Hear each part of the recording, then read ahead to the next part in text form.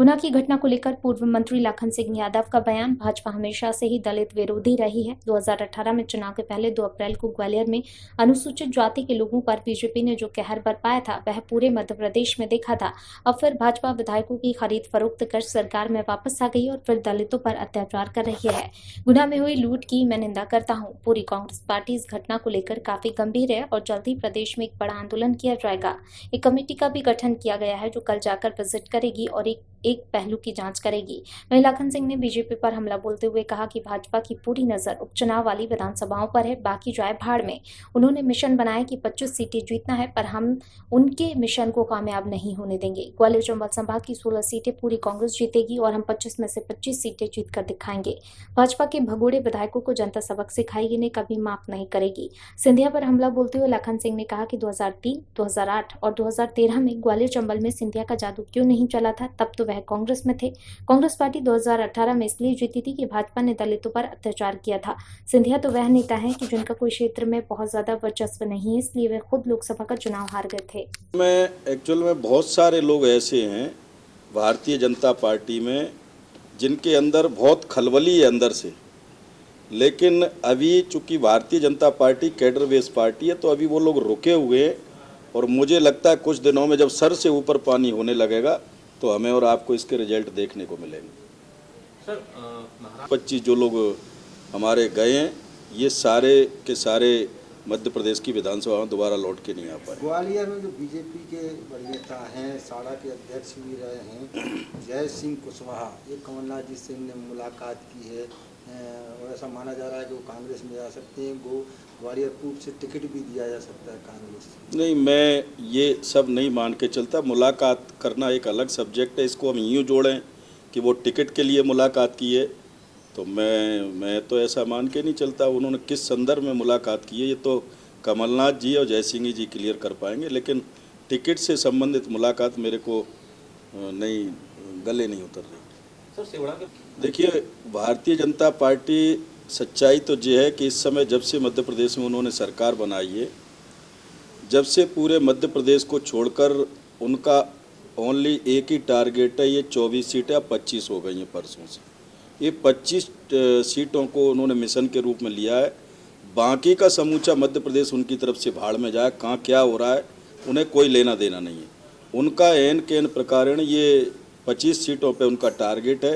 पूरी सरकार, पूरा प्रशासन, पूरी पार्टी उन्हीं 25 सीटों को टारगेट किए हुए। लेकिन मैं आप लोगों के माध्यम से ये बताना चाहता हूँ कि उनका ये मिशन कभी भी सफल नहीं होगा। ख़ास तौर पर मैं ग्वालियर चंबल का मैं खुद रहने वाला हूँ, मैं वहाँ के बारे में आपको बताना चाहता हूँ।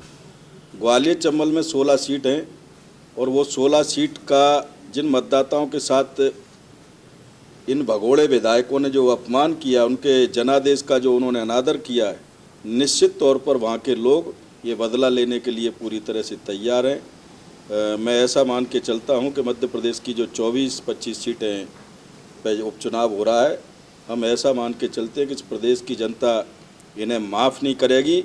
और इस तरह से यदि ये चुनाव जीत गए तो मुझे लगता है कि आने वाले भविष्य में, भविष्य के गर्त में है जो कि कभी भी कोई भी दल किसी भी मतदाता किसी भी क्षेत्र में विकास की बात नहीं करेगा। सिर्फ एक ही एजेंडा लेके चलेंगे कि जो भी बंदा जीत के आएगा उसको पैसे की दम पर हम लोग खरीदेंगे और अपनी सरकार बना लेंगे।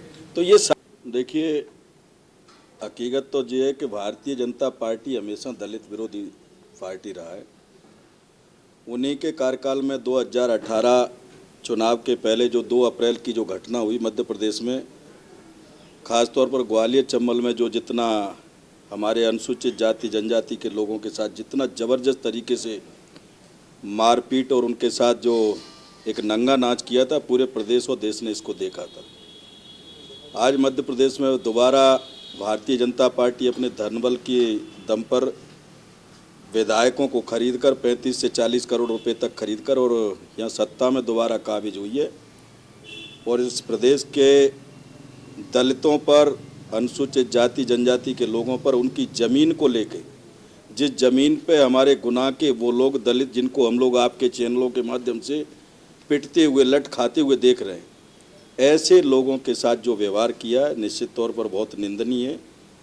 और हम और हमारा पूरा शीर्ष नेतृत्व, हमारी पार्टी और हमारा पूरा शीर्ष नेतृत्व इस बात पे काफ़ी गंभीर है और इसको लेके हम प्रदेश में एक बड़ा जन आंदोलन छेड़ने की भी हम लोग पूरी तैयारी कर रहे हैं। एक समिति भी गठित की है और वो समिति वहाँ जाके खुद विजिट करेगी, पूरा एक एक पहलू पे विचार करेगी और पूरा उस पर मंथन करेगी। एप्लीकेशन कर देता हूँ। जहाँ तक माननीय मुख्यमंत्री जी की बात है, मुख्यमंत्री जी अभी 2018 के चुनाव में पूरे प्रदेश में दौरा किया, उन्होंने ग्वालियर चंबल में भी दौरा किया था। ग्वालियर चंबल में हमारी सबसे ज़्यादा सीटें जीत के आई कांग्रेस की, लेकिन इसको हमारे लोग और आप लोग भी ये जोड़ के चलते हैं कि ये सिर्फ सिंधिया जी की वजह से जीते थी। ये आपकी गलतफहमी है।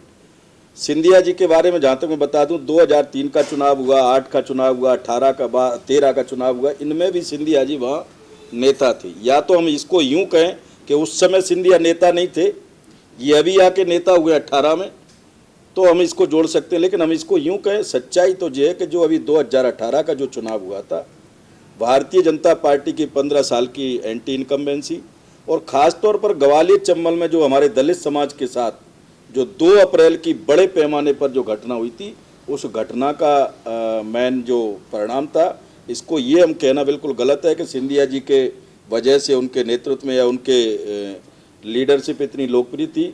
और इतनी लोकप्रिय होती तो उसके तुरंत बाद 4 महीने बाद पार्लियामेंट इलेक्शन हुआ, उसमें खुद ही धराशायी हो गई थी, दूसरों को क्या जिता सकती है। तो मैं ऐसा मान के चलता हूँ, इनकी जोड़ी ग्वालियर में कोई, इनकी क्या पूरे देश की भारतीय जनता पार्टी की जोड़ी ग्वालियर चंबल में कोई भी असर नहीं करेगी।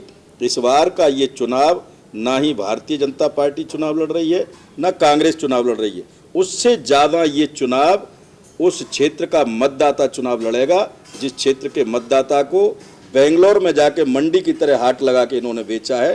तो वो मतदाता का अपमान है। मुझे लगता है ये चुनाव कांग्रेस और भारतीय जनता पार्टी से उन मतदाताओं के अपमान का बदला लेने का चुनाव है, तो वो चुनाव लड़ेंगे इस बार का चुनाव।